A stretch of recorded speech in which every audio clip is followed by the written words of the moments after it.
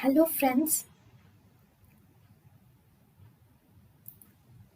welcome to Creative Medicine. In this lecture, we will learn about Now, in the congenital glaucoma,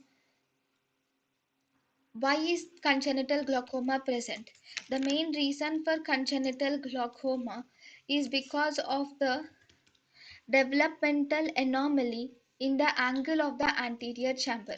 Whenever there is developmental anomaly in the angle of the anterior chamber, that is whenever the trabeculae are not formed properly, this will result in congenital glaucoma.